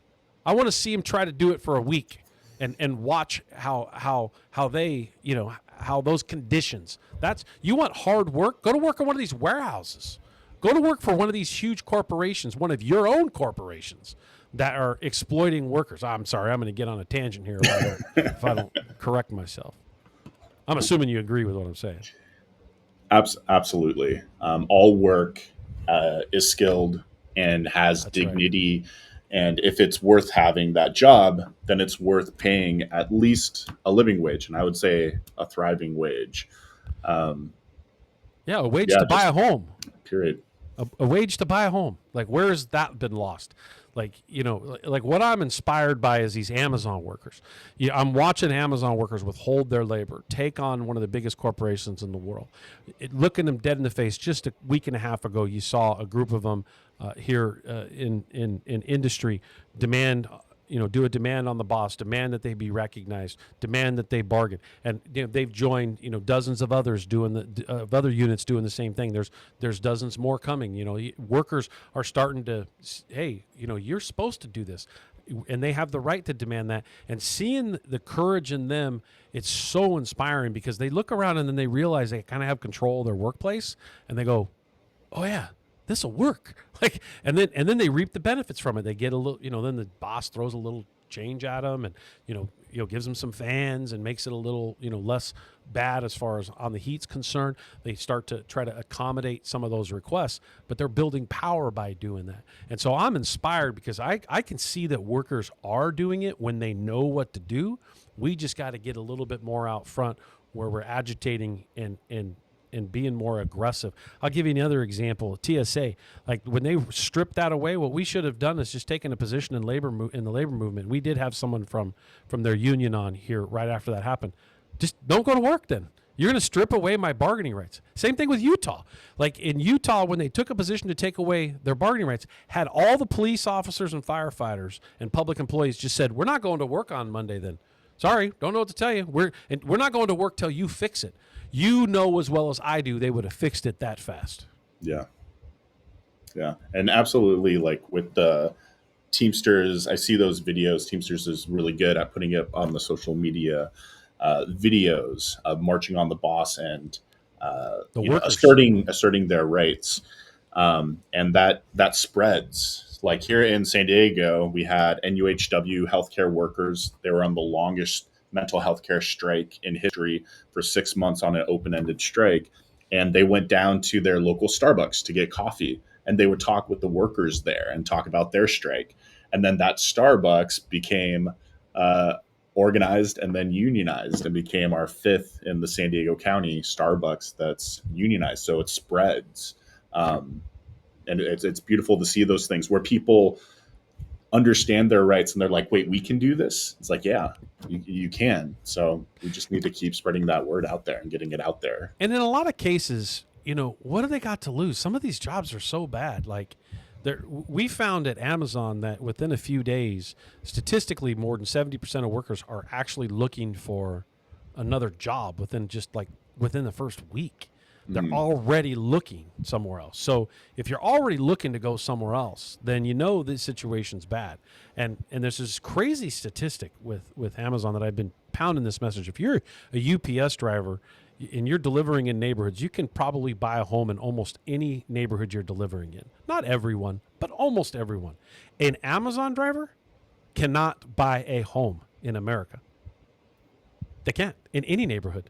The amount that they're paid does not qualify them to buy. And I would love for someone to prove me wrong on this statistic. Find me the neighborhood that they can afford to buy a home in, and come on the show and tell me how I'm wrong. My point is Amazon or corporate America is gotten to this point where they just don't even recognize the right thing to do anymore. And we as workers have got to shut it down to get them to recognize it. Yeah. And it's, again, like over this, from the New Deal to unregulated capitalism, it's this financialization of everything. Everything, including humans, can be commodified, and corporations will kill you as long as they can make billions of dollars. We saw that with, we see that with Boeing. We see that with Amazon. They don't care about their drivers. They're like one of the most profitable companies in the world, and yet they're not going to give a living wage. And I even, as I'm sure you know, that whenever an Amazon warehouse comes to a place, it actually lowers the wages for that industry. For that industry around that area, which is terrible. And they become a huge drain on the public services. They become a huge drain, is actually a net negative for a particular area on whatever they profess that they're contributing, that the amount that's being pulled out in government subsidies and what everybody qualifies for that has to work there. Our local taxpayer dollars are going to support these people that are being underpaid instead of going to our infrastructure, instead of going to housing, instead of going to all these youth programs. Right. San Diego is a great example. San Diego County. Let's just take the whole county as a whole. I mean, it's a beautiful place. It's obviously kind of expensive to live there. So find me anywhere in San Diego County that an Amazon employee can buy a home. Anywhere in the county.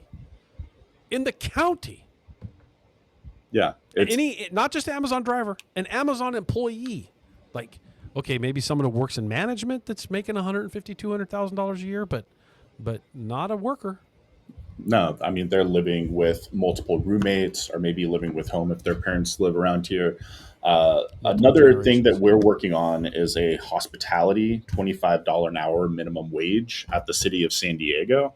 And so the city of San Diego, a living wage is $30.71 an hour by the MIT living wage calculator. But the minimum wage in the city of San Diego is about $18. And so it's nowhere close to that living wage, and not even to mention like a thriving wage. So we're fighting and we're targeting that industry, the tourism industry and the hospitality industry, because it's a huge industry with corporations, multinational corporations like Hyatt, who make billions of dollars, and then they don't pay their workers enough. And so we're being strategic in targeting this industry that can afford to pay their workers. They can afford to pay them more than $25 an hour minimum wage. They could do $30, $71, but we're looking to raise it to that $25, and it's coming up in September to the full city council. And it's been great to see the community and unions, even unions who aren't directly affected by this, come and support their fellow IATSE workers, hotel workers, concession workers, AV stagehand workers, to do that. And hopefully we can make it a little bit more affordable around here. So we're going to appreciate you coming on the show. Got a few more minutes here. I just want to shift gears real quick. You're the comms specialist there in labor at the Labor Council, right? Correct. So what do you think of little Teamsters 1932 here in San Bernardino with our comms platform, with the radio show? And I don't know if you heard, we now have our own 24/7 radio where you can listen to music, and we're going to be building on that platform where we're connecting our members to be able to actually listen to music 24/7 We'll be able to tie in, go live at any time that we want to go live, or tie in our shows, or tie in news, tie in, little snippets, little advertisements and stuff like that, that obviously have to do with members. And I believe that the more we lean into this space, and we're finding great success as a result of leaning into this space. I always like to hear from other advocates in labor. What do you think of what we're doing in this space? I love to see it, because this is absolutely what we need to be thinking. How can we reach the masses, which is a massive goal, but how can we do that? And radio is part of that. I remember hearing like far right elitist individuals, like they had a whole program to train people on how to speak their talking points on AM radio. That was decades ago. And so they created, AM radio had just a lot of far right people that were, talking a lot of stuff that divided the working class. And so we need to get on AM radio. We need to get onto these places that people are going to listen in, and create these pro-union, pro-worker, pro-community first media outlets. So I think it's wonderful. And you guys have an app for the local businesses, which, spending money locally, it just helps create an engine for the local economy, instead of the dollars going to some multinational somewhere else that is then going to fire people and send jobs elsewhere, just cut them and put AI in. Oh, I love when some elected officials try to attack us in the area. We always show up at their chamber. Boom. Like, and we actually had been there, right? And then we start to push back on them and go, what are you talking about? We're doing all this for free. We're not even the chamber charges.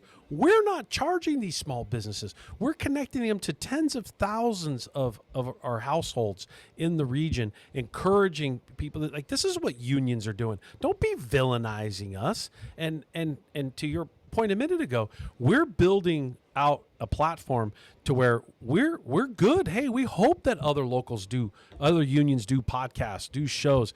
What I have a dream of someday is that there's a station that's 100% labor 100% of the time, and that if you want to tune into what's going on from IBEW or AFSCME or some other union, the Teamsters or whatever, obviously we do a lot of things that are Teamster centric, not everything Teamster centric, but hear all this and have a platform that's 100% labor 100% of the time.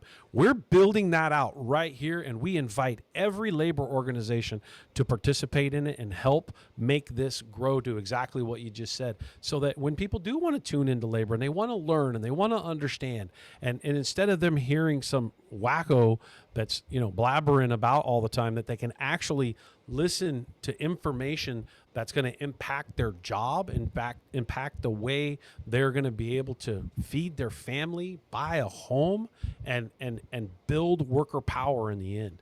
That's what I believe that we're trying to do, and hopefully you can help us keep building that network out, my brother.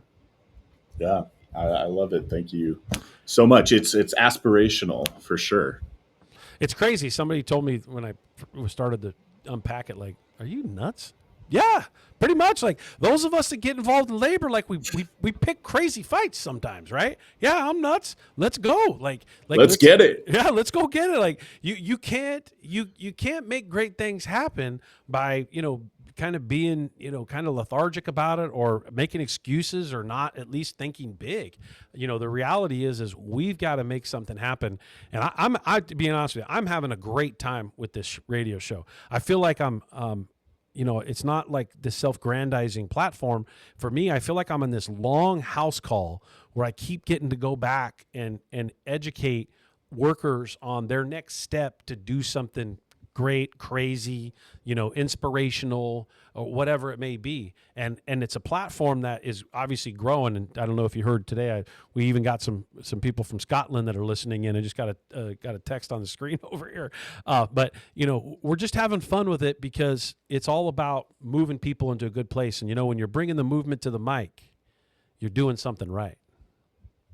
Heck yeah, brother. Anything you want to close on? No, I mean, you can find us on our website, unionyes.org, and social media, SDIC Labor Council, and then you can join our actions events on our website. You can sign up for our action emails, and then hopefully we'll see you out there on a strike line or another solidarity event. Can you tell me the event you have on Labor Day one more time before we close out this segment? Yeah, of course. Labor Day March with No Kings, a bunch of indivisible groups. So we're putting that together. We want it to be a little different from other marches, so we're trying to figure that out. There's going to be tens of thousands of people meeting at Waterfront Park at 10 a.m. And yeah, it's going to be solidarity. There's probably going to be some singing, like "Whose Side Are You On?" And it's going to be worker power. So. That's right. We're building worker power, one conversation at a time. That's right. Luca Barton, appreciate you coming on, communication specialist with the San Diego Labor Council. Really appreciate you, San Diego Imperial County's Labor Council. You guys merged a few years back. In my brain, I remember Jerry being there, so it gives you an idea of how far I go back. I've been organizing for over 30 years, so I've kind of been in this space, and sometimes I don't get caught up with branding it correctly. But Luca, really appreciate you coming on, spending time with us today. I got to get into some news to close out my show. Please share our link, share the news on what we're doing, and if we could help expand this in a way where we help other unions or other local unions participate. We've got a place to take their podcasts, park them, just buying a little bit of airtime. It's really easy. We're not making any money on that. We obviously, airtime just costs money with the radio station. So podcasts can be very easily converted into fitting into airtime. And hopefully, this is the beginning of more unions doing exactly what you and I are agreeing that we need to do. Thanks for coming on. All right. Thanks so much for having me. Yeah, this is the Worker Power Hour with Randy Corrigan, and I'm not going to go to a break, Mark. I'm just going to shift into the news. I never got to the news from the earlier part. I kind of got rolling on a bunch of stuff, so let me see if I can't actually make sure I cover all of it. I think that the one thing I overlooked is our victories within the local union. Let me give some of that. We were able to stop. So here at 1932, we've got a lot of we got a lot of good things happening all the time. We got a staff here that's constantly pushing back on the employer. Yeah, you're making noise over there, Robert. We got a staff here that's constantly pushing back on the employer or resolving issues, resolving grievances, negotiating contracts, getting things done. And what happens is sometimes in the hustle and bustle of that, we sometimes miss the mark at explaining it. And so I'd like to go through and give some quick updates on stuff that's going on. We were able to stop an administrator who thought they could mandate extra shifts on their staff, challenge that position on the subject, and as a result, any extra shifts were all voluntary, not mandatory. That had to go into a voluntary status, not a mandatory status. Loma Linda, the productive negotiations, the negotiations have been productive so far, and they're preparing for a contract vote next week. There's an employer that we had that withdrew an investigation. We had another employer that tried to terminate someone, got that reduced to a suspension. We had a suspension get from 10 days reduced down to 5 days. We have strong members in attendance at the city council meeting in Rialto, Chino, and Fontana. And we also have, during a site visit with a business agent last Thursday, a member's air conditioning went out in their truck, and the dealer wanted between $1,500 and $2,000 to repair it. Prior to leaving the city, the BA stopped by the Teamster Advantage partner, Gray Yeager, at the filter change and asked him if he could help. 2 hours later, the member called and said that they took care of her truck by the filter change and saved her $800. She was extremely good. I love those stories. That's a Teamster partner, member, having a financial struggle, business agent connecting to a Teamster Advantage partner stepping up, giving them a discount. That's great stuff. Also, Stewart took the reins on their first representation with a fellow member and was successful at reducing a written warning. So there's a lot more here. I got to get into the news. I just wanted to give you a little quick round robin what's going on in the local itself. In Worker Power Hour news, All major Las Vegas Strip casinos are now unionized in historic labor victory. The historic deals finalized late last year mark a major turning point. For the first time in the Culinary Union's 90-year history, all major casinos on the Strip are unionized, backed by 60,000 members, most of them in Las Vegas. It is the largest labor union in Nevada. Experts say the Culinary's union success is a notable exception in the national landscape where union membership overall has been declining. Together, we've shown that change can be a positive force, and I'm confident that this partnership will continue to benefit us all in the years to come. Patrick Nicholas, president and CEO of the Venetian, who said shortly after workers approved the deal. And they just recently organized them and got a deal. Venetian was anti-union for a very long time, so it's good to see they've been leveraged into a position where they're being productive and cooperative. Union members say their new contract has already reshaped their day-to-day life. The housekeeper no longer races against the clock to clean an unmanageable number of hotel suites, and they're spending more quality time with their children because of better pay and guaranteed days off. 3,200 Boeing workers who build fighter jets are on strike, their union says. About 3,200 workers at a Boeing facility in St. Louis, St. Charles, Missouri, and I'm not even going to try to pronounce this, in Illinois, voted to reject a modified 4-year labor agreement with Boeing, the International Association of Machinists and Aerospace Workers said on Sunday. In an ex-post, the union said 3,200 highly skilled IAM union members at Boeing went on strike at midnight because enough is enough. This is about respect and dignity, not empty promises. IAM District 837 members deserve a contract that reflects their skill, dedication, and critical role they play in our nation's defense. Yeah, think about that.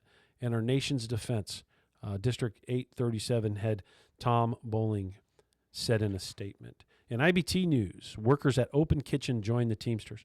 More than 40 drivers and helpers at Open Kitchen in Chicago have voted to join Teamsters 703. The group organized to demand better pay, stronger benefits, and safer, more respectful working conditions. We voted to become Teamsters because we're tired of being pushed around, end quote, said Shema Johnson, a driver at Open Kitchen and new member of Local 703. This is about dignity. With a union, we finally have a real voice on the job and the power to fight for a fair contract. Boise Cascade is on strike. This week, members of Teamsters Local 190 officially went on strike against a building materials distributor, Boise Cascade, demanding fair wage increases and improved health care benefits after months of stalled contract negotiations. The 20 workers at Boise Cascade's Billing, Montana facility walked off the job early Tuesday evening, citing management's refusal to offer a fair contract. The strike follows a breakdown in talks after the company failed to address workers' concern over stagnant pay and inadequate health care coverage. Teamsters Local 190 has been engaged in contract negotiations with Boise Cascade for several months. Despite efforts to reach a fair agreement, the company has not made a serious offer that addresses core Teamster issues, forcing workers to strike until a fair deal is reached. And in Teamsters Local 1932 news, Confire kicked off bargaining last week. And so just see our social media highlights and, check out all of our platforms. We got a few of them, right, Robert? Isn't that what we got going on around here? Robert, I got to tell you, you're doing a great job on the comm stuff. Really, we lost our logo back here. I know we just got about a couple minutes here. Yeah, great job, Robert. Really, I like how you're doing the little clips, teasing people into the show. You like how I challenged Luca down there. Hey, man, can you get some people to do the same thing? I think that's what we got to do. I think we got to occupy the space in a way that we say, hey, man, when are you going to do this? Like if we want the people to follow us, if we want the general public to follow us, obviously the majority of our show is meant to be directed at our members. However, we try to build the content that anybody can listen to because we want our members to be able to use this content to where they can agitate workers to build worker power themselves, not just be selfish for our own utilization. Anybody can have worker power. And how are we building worker power in the Inland Empire? We're building it. We got billboards and we've got got buses, and we've got this radio show and our Teamster Advantage program. And, you know, now we have this radio station that's 24/7 music. I'm getting a lot of texts where people like the music, like the great job, Mark, on loading in the music that people are liking and listening to. You going to say something, Mark? You only got a minute, so be quiet. We're still loading, so requests are appreciated. Yeah, requests. You want to send in some requests. You want to highlight somebody. We believe there's so many opportunities for us to utilize this platform with the 24/7. Now, think about it in the future. We got a big contract coming up, or you got your contract coming up. We could do a live update on the air where we send out a push notification. You link over to that radio station. We jump on the mics real quick, and we just give an update of where everything is. You got a strike going on. We could be out there at the strike, and we could do a live broadcast from the strike and encourage people to come out.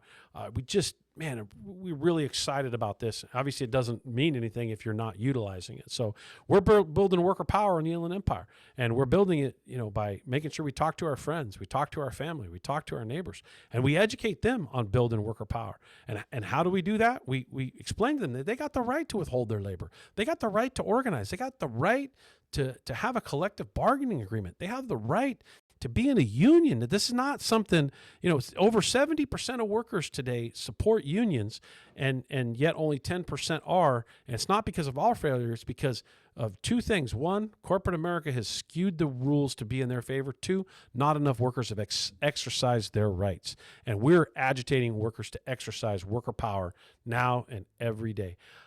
This is the Worker Power Hour with Randy Corrigan on the Teamsters 1932 Broadcast Network, airing live from San Bernardino. See you next week. Take it away, Mark.